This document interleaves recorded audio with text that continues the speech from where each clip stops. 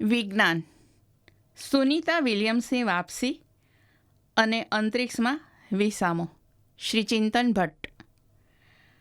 5 જૂન 2024ના દિવસે અમેરિકન અંતરિક્ષ યાત્રીઓ સુનીતા વિલિયમ્સ અને વિલ્મોર બુચે 10 દિવસ માટે આંતરરાષ્ટ્રીય અંતરિક્ષ મથક માટે ઉડાન ભરી. આ માટે તેઓએ બોઇંગ કંપની દ્વારા નિર્મિત સ્કાયલાઇનર સ્પેસ શટલનો ઉપયોગ કર્યો. બાહ્ય અંતરિક્ષમાં રહેવા માટે ભ્રમણ કક્ષાનું આશ્રય સ્થાન છે અંતરિક્ષ મથક. સૈદ્ધાંતિક રીતે તે પણ અંતરિક્ષયાનનો જ એક પ્રકાર છે, પરંતુ કૃત્રિમ ઉપગ્રહોની તુલનામાં તેની સંરચના અત્યંત વિશાળ અને જટિલ હોય છે. મનુષ્ય માટે લાંબા સમય સુધી રહેવા અને કામ કરવાની તેમાં તમામ સુવિધા હોય છે. અંતરિક્ષ યાત્રીઓની અવરજવર કે માલ સામાનનો પુરવઠો લઈને પૃથ્વી પરથી આવતા અંતરિક્ષયાનના જોડાણ માટેની તેમાં સગવડ હોય છે. લાંબા ગાળાની અંતરિક્ષ યાત્રાના વિવિધ પાસાઓ, જેવા કે માનવ શરીર પર અંતરિક્ષની અસરો, તેને માટે જરૂરી તાલીમ, અંતરિક્ષ સંબંધિત બીમારીઓને રોકવા માટે જરૂરી સાવચેતી, સૂક્ષ્મ ગુરુત્વાકર્ષણમાં કેટલાક વૈજ્ઞાનિક અને કૃષિલક્ષી પ્રયોગો વગેરે માટે અંતરિક્ષ યાત્રીઓએ લાંબા સમય માટે અંતરિક્ષમાં રહેવું જરૂરી છે. આ માટે અંતરિક્ષ મથક વિકસાવવાની યોજનાનો આરંભ થયો. અહીં પણ Russia, United states of America વચ્ચેની હોડ તો ખરી જ. સૌથી પહેલું અંતરિક્ષ મથક રશિયા નિર્મિત સોયુઝ 1 હતું. તે 19 એપ્રિલ 1971થી 11 ઓક્ટોબર 1971 સુધી અંતરિક્ષ કક્ષામાં રહ્યું હતું. આ દરમિયાન ફક્ત 24 દિવસ ત્યાં કોઈને કોઈ અંતરિક્ષ યાત્રી હતા. ત્યાર પછી રશિયા અને અમેરિકા દ્વારા ઘણા અંતરિક્ષ મથકો અંતરિક્ષમાં સ્થાપિત કરવામાં આવ્યા. અંતરિક્ષ મથકોનો કાર્યકાળ પૂરો થતાં અથવા અન્ય કારણોસર તેમને નિવૃત્ત કરી દેવામાં આવ્યા.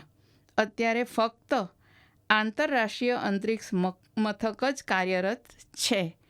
આંતરરાષ્ટ્રીય અંતરિક્ષ મથક એ અમેરિકા, રશિયા, યુરોપ, કેનેડા અને જાપાનનું સંયુક્ત અભિયાન છે. 73,109 વર્ગ મીટર ક્ષેત્રફળ ધરાવતી આ સંરચનાનું સંકલન અંતરિક્ષમાં જ કરવામાં આવ્યું છે. તેનો પહેલો ભાગ 1998માં પ્રક્ષેપિત કરવામાં આવ્યો હતો. નવેમ્બર 2000થી આજ સુધી હંમેશા ઓછામાં ઓછી એક વ્યક્તિ તેના પર સતત રહે છે. આ એક રેકોર્ડ છે. અંતરિક્ષમાં સ્થપાયેલું આ 10મું અંતરિક્ષ મથક લગભગ 27,600 કિલોમીટર પ્રતિ કલાકની ઝડપે પૃથ્વીની પ્રદક્ષિણા કરે છે. દર 93 મિનિટમાં તે પૃથ્વીનું એક પરિભ્રમણ કરે છે. પૃથ્વી, ચંદ્ર અને સૂર્યના ગુરુત્વાકર્ષણ બળો તેમજ સૌર કિરણોત્સર્ગ તેની ગતિને અસર કરે છે. તેની ભ્રમણ કક્ષાની ઊંચાઈ દર મહિને અંદાજે 2 કિલોમીટર ઘટે છે. નાના કરેક્શન થ્રસ્ટરને સમયાંતરે સક્રિય કરીને તેની ભ્રમણ ઊંચાઈ પુનઃસ્થાપિત કરવામાં આવે છે. ISSને કાર્યાન્વિત રાખવા માટે લગભગ 80 કિલોવોટ વીજ શક્તિની જરૂર પડે છે. આ મથક સાથે સંલગ્ન વિશાળ સૌર પેનલનો ઉપયોગ કરીને તે મેળવવામાં આવે છે. સૌર પેનલ 120 કિલોવોટ વીજ શક્તિ ઉત્પન્ન કરવા માટે સક્ષમ છે. પેનલમાં લગભગ 2.6 લાખ સૌર કોષો એટલે કે સોલર સેલ્સ છે. તેમાં કુલ 27,000 ચોરસ ફૂટ વિસ્તાર ધરાવતા 8 સૌર એરે છે. તે લગભગ 1/3 ફૂટબોલ મેદાન જેટલું મોટું છે. આટલી વીજ શક્તિથી પૃથ્વી પરના 40થી 50 ઘરોની સરેરાશ વીજ જરૂરિયાતોને પૂરી કરી શકાય છે. પેનલ્સમાંથી અન્ય ઉપકરણો સુધી વીજળીના વિતરણ માટે ઉપયોગમાં લેવાતા માત્ર વીજ દોરડા એટલે કે કેબલ્સ 13 કિલોમીટરથી વધુ લાંબા છે. સૌર ઉર્જા ઉત્પન્ન કરવા માટે પેનલના કોષો સૂર્યાભિમુખ હોવા જોઈએ. અંતરિક્ષ મથક પૃથ્વીની આસપાસ સતત ફરતું રહેતું હોવાથી સતત વીજ ઉત્પાદન શક્ય નથી. જ્યારે સૂર્ય ઉપલબ્ધ ન હોય ત્યારે ઉપયોગ કરવા માટે વધારાની સૌર ઉર્જા બેટરીમાં સંગ્રહિત થાય છે. કોઈપણ સમયે ISSમાં એકસાથે 6 લોકોને રહેવાની સગવડ છે.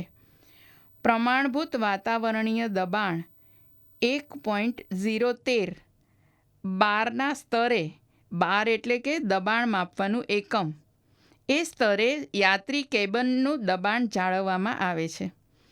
કેબિનમાં ઓક્સિજનની સાંદ્રતા 21% હોય છે અને નાઇટ્રોજનની 79%, જે પૃથ્વીના વાતાવરણ જેટલી છે. ફક્ત રહેઠાણ એકમમાં જ દબાણ જાળવી રાખવું જરૂરી હોય છે. બીજી જગ્યાઓએ તેને જાળવી રાખવું જરૂરી નથી. હા, સૌર પેનલને નિયંત્રિત દબાણ હેઠળ જાળવવાની જરૂર નથી. હવાના દબાણ અને તેના ઘટકો પર દેખરેખ રાખવા માટે તેમજ તેને નિયંત્રિત કરવા માટે ISSમાં વિશેષ ઉપકરણો હોય છે. તેઓ oxygen, nitrogen, carbon dioxide, methane, hydrogen, ભેજ, પ્રદૂષકો વગેરેના સ્તરનું નિરીક્ષણ કરે છે. ISSના તમામ દબાણયુક્ત વિસ્તારોનું તાપમાન 22 ડિગ્રી સેન્ટીગ્રેડ જાળવવામાં આવે છે. અંતરિક્ષમાં સૂર્યાભિમુખ ભાગો અત્યંત ઊંચા તાપમાને હોય છે અને તેની વિરુદ્ધ દિશામાં આવેલા ભાગો ખૂબ નીચા તાપમાને હોય છે. આમ છતાં રહેઠાણ વિસ્તારોમાં આરામદાયક તાપમાન જાળવવામાં આવે છે. મથકની બહાર આત્યંતિક ભિન્ન તાપમાનના લીધે ખૂબ નાના ઉષ્મા ગળતર એટલે કે થર્મલ લીકેજ પણ વિનાશક પરિણામો લાવી શકે છે. પાણીના H2O અણુઓને હાઇડ્રોજન અને ઓક્સિજનમાં વિઘટિત કરીને રહેવાસીઓ માટે જરૂરી ઓક્સિજન ઉત્પન્ન કરવામાં આવે છે. દરરોજ લગભગ 9 કિલો ઓક્સિજન ISS પર ઉત્પન્ન કરી શકાય છે. એક મનુષ્યને દરરોજ લગભગ 0.84 કિલો ઓક્સિજનની જરૂર પડે છે. રખેને આ પ્રણાલી નિષ્ફળ જાય તો? કટોકટીને પહોંચી વળવા માટે ઓક્સિજનના બાટલા પણ હોય છે. આ બાટલાઓને નિયમિતપણે પૃથ્વી પર ફરી ભરવામાં આવે છે. આ સિવાય લિથિયમ આધારિત ઓક્સિજન મોડ્યુલ પણ હોય છે. દરેક મોડ્યુલ એક વ્યક્તિ માટે 24 કલાક ચાલે તેટલો ઓક્સિજન ઉત્પન્ન કરી શકે છે. પૃથ્વી પરથી ISS સુધી 1 કિલો સામગ્રીના પરિવહન માટે 4 લાખ રૂપિયાનો ખર્ચ થાય છે. દરેક વખતે પૃથ્વી પરથી પાણી જેવી ઉપભોજ્ય વસ્તુઓ લઈ જવી ખૂબ મોંઘી પડે છે. આથી અંતરિક્ષ મથકોમાં રિસાયક્લિંગ અને રીજનરેશન પ્રણાલી હોય છે, જે વપરાયેલા પાણીમાંથી તાજું પાણી બનાવે છે. ISSમાં દરરોજ લગભગ 14 લીટર પાણી આ રીતે ઉત્પન્ન કરવામાં આવે છે.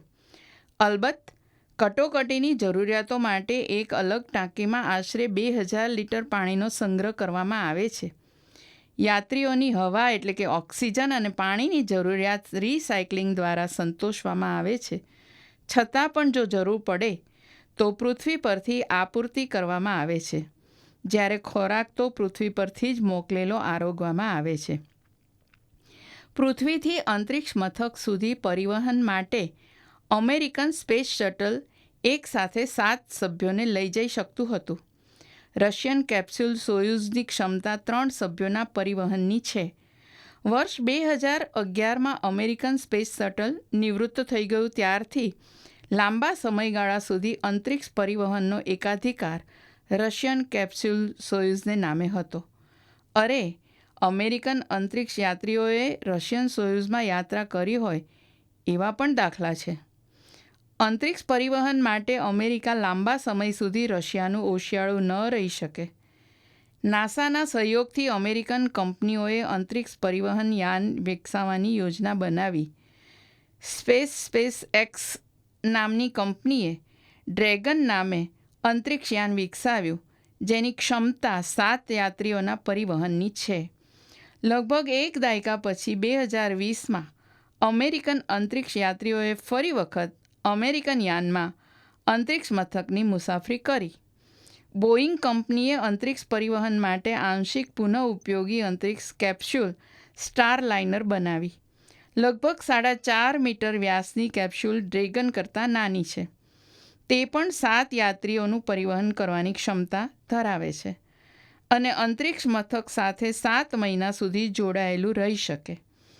તેનું માનવરહિત પરીક્ષણ 2022માં શરૂ થયું હતું. તેનું સમાનવ પ્રક્ષેપણ 5 જૂન 2024ના રોજ થયું, જેમાં સુનિતા વિલિયમ્સ અને બુચ વિલ્મોર જેવા અનુભવી અંતરિક્ષ યાત્રીઓ અંતરિક્ષ મથક પર પહોંચી ગયા. સ્ટારલાઇનર કેપ્સ્યુલે અંતરિક્ષ યાત્રીઓને અંતરિક્ષ મથક સુધી હેમખેમ પહોંચાડી દીધા, પણ ત્યાં પહોંચ્યા પછી તેના 28માંથી 5 થ્રસ્ટરમાં થોડી ગરબડ જણાઈ. આપણને ખ્યાલ જ છે કે યોજના મુજબ કેપ્સ્યુલની ગતિ અને સલામત અવરોહણ માટે થ્રસ્ટર મહત્ત્વની ભૂમિકા ભજવે છે. આમ તો માત્ર 14 થ્રસ્ટર હોય તો પણ અવરોહણ બરાબર જ થાય. હા, સર્વિસ મોડ્યુલમાં હિલિયમ વાયુનું ગળતર પણ થયું. જોકે તે પણ બહુ ગંભીર હતું નહીં, પરંતુ સ્ટારલાઇનર કેપ્સ્યુલ ભવિષ્યમાં પરિવહન માટે ઉપયોગમાં લેવાનું હોવાથી તેમાં જે કોઈ ક્ષતિ હોય તે આ તબક્કે જ સમજીને નિવારી લેવી જોઈએ. આ માટે પૃથ્વી પર રાખેલા સ્ટારલાઇનરના હુબહુ મોડલ પર પરીક્ષણ કરવામાં આવે છે. વળી બોઇંગના કેપ્સ્યુલની આ પહેલી સમાનવ ઉડાન છે અને આ પ્રથમ ગ્રાસે મક્ષિકા કંપનીની વિશ્વસનીયતા અને કાબેલિયત પર શંકા ઊભી કરે તે પણ કંપનીના હિતમાં નથી. આમ થોડો સમય વધારે લાગે તો પણ યાત્રીઓને સ્ટારલાઇનરમાં જ પાછા લાવવા માટે બોઇંગ કૃતનિશ્ચયી છે. અરે હા, લાંબા સમય સુધી આ 2 પરોણા અંતરિક્ષ મથક પર વિસામો લઈ શકે તેટલા ઓક્સિજન, પાણી, ખોરાક અને જગ્યા પણ છે. સુની અને બુચ ત્યાં પગ વાળીને બેસી નથી રહેતા, પણ અંતરિક્ષ મથકના રોજિંદા કાર્યોમાં સહભાગી થાય છે. અત્યારે તો પોપટ ભૂખ્યો નથી, પોપટ તરસ્યો નથી જેવી સ્થિતિ છે. માની લો કે સ્ટારલાઇનર યાત્રીઓને પાછા લાવવા યોગ્ય ન જણાય તો ડ્રેગન સ્પેસ શટલ ત્યાં લાંગરેલી જ છે. રશિયાનો પણ તેઓને માટે સોયુઝ સવારીનો પ્રસ્તાવ છે જ. તાજા સમાચાર મુજબ ઓગસ્ટ મહિનામાં તેમની પૃથ્વી વાપસીની ઉજળી સંભાવના છે.